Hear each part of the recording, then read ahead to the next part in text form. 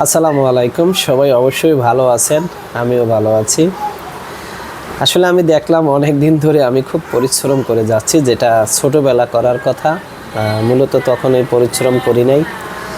তো বিশেষ করে আমি লেখাপড়ায় খুব ব্যস্ত হয়ে গেছি। সকাল 7:30 থেকে একদম রাত্র 9:30 পর্যন্ত একদম লাগাতারে লেখাপড়া নিয়েই ব্যস্ত থাকি যতটুকু সম্ভব।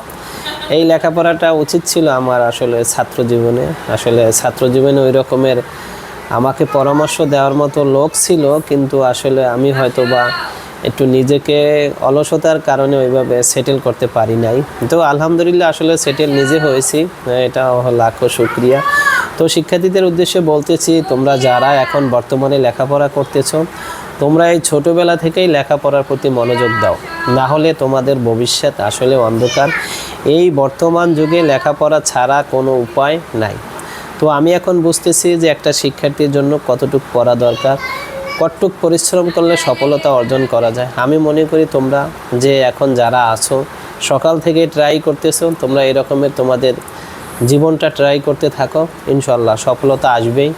আর যদি এরকমের সুন্দর সুন্দর কথা তোমরা পেতে চাও, তাহলে অবশ্যই তোমরা কমেন্ট বক্সে জানাবে। আমি তোমাদেরকে এভাবে সুন্দর সুন্দর ভিডিও বলে উৎসাহিত করব। আর বিশেষ করে আমি যে এই স্ক্রিনে যে লেখাগুলো উঠতেছে, এটা কিভাবে তৈরি করেছি সে সম্পর্কেও তোমাদেরকে বিস্তারিত জানাবো। সবাইকে